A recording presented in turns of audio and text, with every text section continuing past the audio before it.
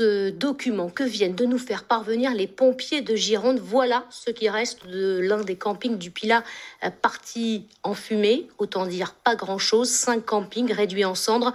Parmi les établissements, celui des Flots Bleus, rendu célèbre par le film Camping avec Franck Dubosc. Les infrastructures se sont rapidement embrasées malgré l'intervention des secours. Une semaine aujourd'hui que la forêt brûle, donc les vents sont toujours persistants. Alexandre Perrin, vous êtes sur place à la Teste de Buch. Où en est-on à la mi-journée ? Bonjour Sandrine, un chiffre tout d'abord, 2000 hectares de forêt sont partis en fumée la nuit dernière à la Teste de Buch, ce qui porte à 6550 le nombre d'hectares détruits sur la commune. 20 000 personnes ont été évacuées après le Pilat-sur-Mer, le quartier des Miquelots. C'est une partie de la zone artisanale qui a été évacuée. Aucune victime n'est à déplorer. Alors après la journée noire hier, les pompiers espèrent profiter aujourd'hui de conditions météo un peu moins difficiles. Je vous propose d'écouter le lieutenant-colonel Philippe Girard, commandant des opérations de secours du SDIS 33. Nous avons effectivement des conditions météo en termes d'hygrométrie qui se sont améliorées, puisque contrairement à ces derniers jours, on était à moins de 30% d'hygrométrie. Là, avec ce vent d'ouest, l'hygrométrie remonte. C'est une relative amélioration de la météo sur ce plan-là. Par contre, les vents persistent avec des forces et des rafales de 40 à 50 km/h.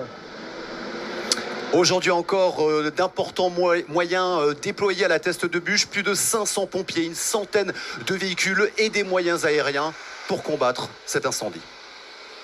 Merci Alexandre et merci à Astrid Farbos et Vincent Rivière pour les images. Les pompiers qui luttent sans relâche nuit et jour au contact des flammes et pour éviter aussi des explosions. Ils sont aujourd'hui, je vous le rappelle, plus de 2000 en Gironde venus de toute la France. Regardez cette image étonnante à la Teste de Buch, des pompiers qui ont réussi à protéger l'établissement hôtelier La Corniche en mettant les bouteilles de gaz dans la piscine. Et on parle beaucoup de la Teste de Buch et pour cause, mais juste en face, il y a le Cap Ferré, d'où l'on voit ces colonnes de fumée chaque jour. Bonjour Philippe de Gonneville, vous êtes le maire de Lège-Cap Ferré. On imagine votre inquiétude aujourd'hui et ces dernières heures. Bonjour à tous. Bien évidemment, nous sommes extrêmement inquiets, mais avant cela, je voudrais affirmer la solidarité des Légeois ferré-capiens vis-à-vis de nos amis testerins. Et c'est vrai que le spectacle que nous avons depuis le Cap Ferré, de voir ces flammes immenses et ce nuage de fumée qui fait brûler la forêt d'en face, nous fait froid dans le dos et nous craignons pour nous aussi ici un incendie qui pourrait être dramatique, puisque la forme géographique de la presqu'île fait une sorte d'entonnoir, et cet entonnoir pourrait nous poser d'énormes problèmes d'évacuation si d'aventure un feu se développait dans notre presqu'île de Lège-Cap Ferré. Vous n'en êtes pas à l'abri. D'ailleurs, hier matin, un départ de feu a eu lieu. Il a pu être très rapidement maîtrisé, mais ça veut dire que c'est possible. Absolument. Nous avons eu hier matin à 6 heures un départ de feu dans la partie nord de la presqu'île.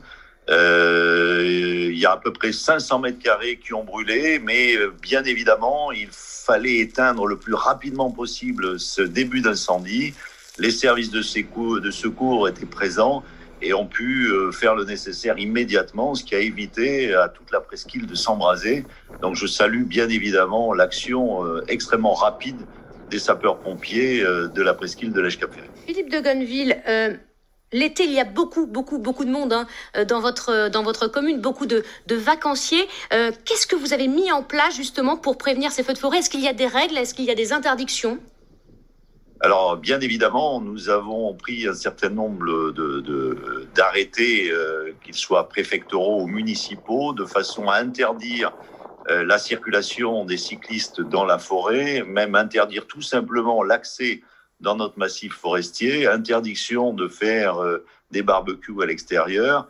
Et puis, nous avons... Pardon ? Est-ce que c'est respecté ? Alors, c'est relativement respecté. Nous avons fait une opération samedi soir avec la police, la gendarmerie et l'Office national des forêts où j'étais présent. Et nous avons pu constater quand même que globalement, la population respecte les consignes de sécurité. Et c'est vrai que nous avons beaucoup communiqué à cet égard. Nous avons placé la réserve communale sur le rond-point de Claouet, c'est-à-dire à l'entrée de la presqu'île. Nous avons envoyé les jeunes de la police municipale sur les parkings de nos places, de façon à motiver, à mobiliser tout le monde, de façon à éviter ces incendies. Merci Philippe de Gonneville. Je rappelle que vous êtes le maire de Lège-Cap-Ferret. Merci à vous. On va maintenant partir dans le sud du département où le feu est toujours en cours. Plus de 8000 personnes ont été évacuées hier. La nuit a été difficile du côté de Landiras, mais les pompiers sont parvenus à contenir ce feu. On va écouter le sous-préfet de Langon, Vincent Ferrier.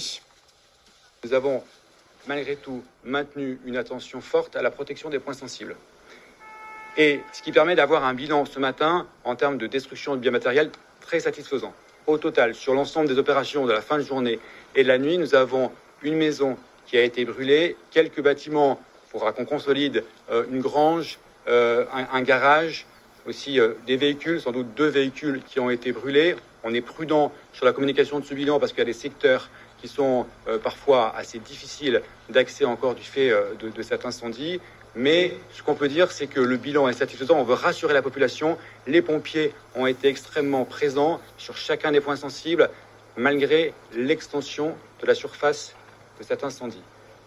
Et sur cet incendie de Landiras qui a brûlé 12 800 hectares de forêt depuis mardi dernier, la thèse criminelle est privilégiée. Un homme est en garde à vue depuis hier après-midi.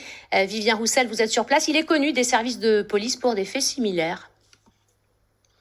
Oui, les gendarmes ont peut-être trouvé l'auteur du gigantesque incendie dans le secteur de Landiras. Un homme a été arrêté et placé en garde à vue hier après-midi.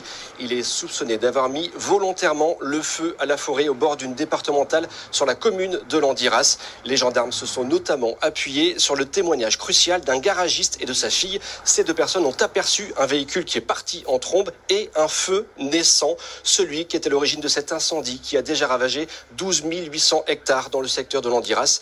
L'identité de cet homme n'a pas encore filtré et s'il s'avère être l'auteur de cet incendie, il risque jusqu'à 15 ans de prison et 150 000 € d'amende. En parallèle, les enquêteurs auditionnent encore de nombreux témoins.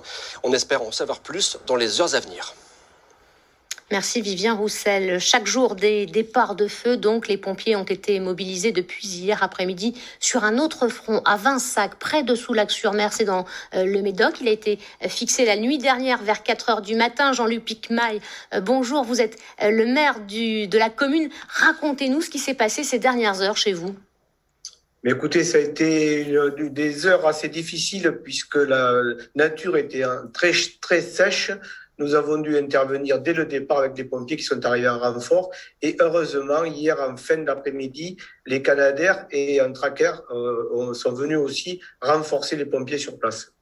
110 pompiers, 70 hectares brûlés. Vous vous attendiez à un moment ou à un autre à cette situation, au regard du contexte caniculaire ? Ben oui, parfaitement, puisque 40 degrés, 41 degrés même hier après-midi, la nature n'a pas vu de pluie depuis le mois de juin, qui a quand même été pluvieux. Cependant, on peut supposer que le feu n'est pas d'origine naturelle. Donc, il faut se poser aussi des questions de la pénétration des gens dans la forêt. Le feu est fixé, je le disais, depuis la nuit dernière. Pour autant, est-ce qu'il y a encore des secours qui sont sur place ? Alors oui, ce matin, nous avons eu l'intervention de 2 Canadair qui ont voulu noyer le feu pour éviter qu'il y ait une saute de la route des lacs sur la commune de Gréan et l'hôpital. Et nous avions hier au soir évacué un camping aussi avec l'aide des communes de Vendaïs, Montalivet et l'Espar. Nous avons hébergé tout le monde du camping dans les salles des fêtes et nourri hier au soir, ce matin et ce midi, puisque pour l'instant, ils ne peuvent toujours pas réintégrer le camping. Merci Jean-Luc Piquemaille, maire donc de Vinsac dans le Médoc. Il n'y a donc pas de troisième front d'ampleur en Gironde et ça c'est la bonne nouvelle aussi de ce mardi. On parlait de l'Andiras il y a quelques minutes. Eh bien l'incendie qui a progressé en direction maintenant de la commune de Mano. C'est dans les Landes et c'est à une trentaine de kilomètres. Par mesure de précaution, le village de Mano a été évacué, 120 personnes au total, car des vents en direction du sud sont prévus en début d'après-midi.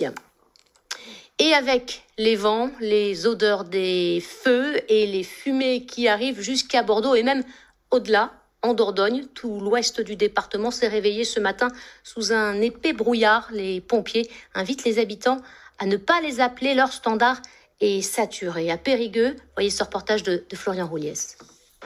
Une fumée blanchâtre et une forte odeur de brûlé.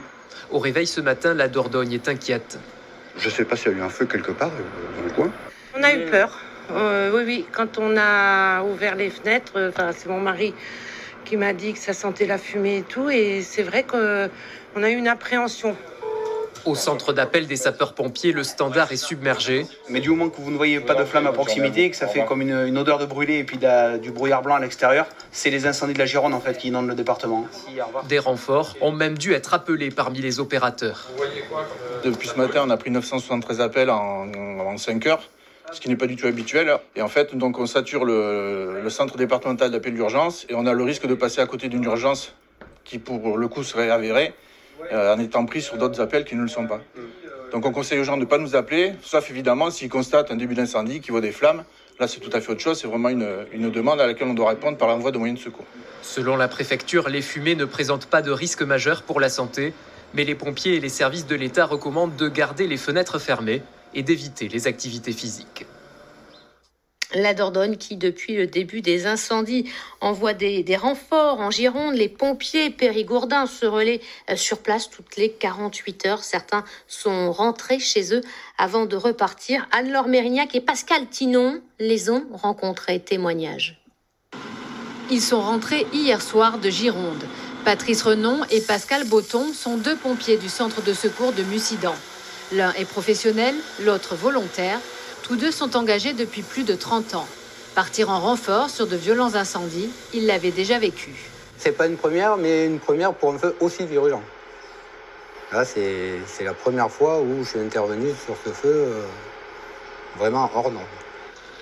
Il y a forcément une pointe d'appréhension parce que ce sont des situations vécues qui sont beaucoup plus grosses que celles qu'on a pu vivre sur notre département. Ça a été très dur au niveau chaleur. Chaleur par le temps et chaleur, bien sûr, par le feu lui-même. Mais après, on a une poussée d'adrénaline qui nous fait qu'à un moment donné, on passe outre.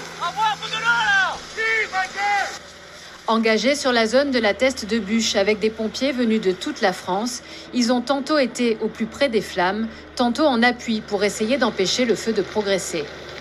Il y a eu des moments où notre action a été efficace et d'autres fois, on avait beau faire ce qu'on voulait dessus.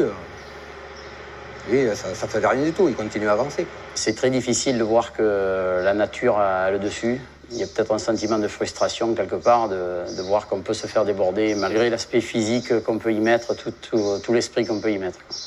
Après 2 jours de mission épuisants, avec à peine quelques heures de repos, les revoilà dans leur caserne. Et l'état d'esprit, pouvoir se reposer déjà un peu, pouvoir reprendre un peu de sommeil et se dire que c'est pas fini, quoi. Et s'il faut repartir demain, après-demain? Tout de suite. Dès cet après-midi, une 50aine de nouveaux pompiers ont quitté la Dordogne avec des véhicules. Et dans un coin de la tête, l'espoir que le Périgord ne connaisse pas de son côté des départs de feu qui compliqueraient encore la situation.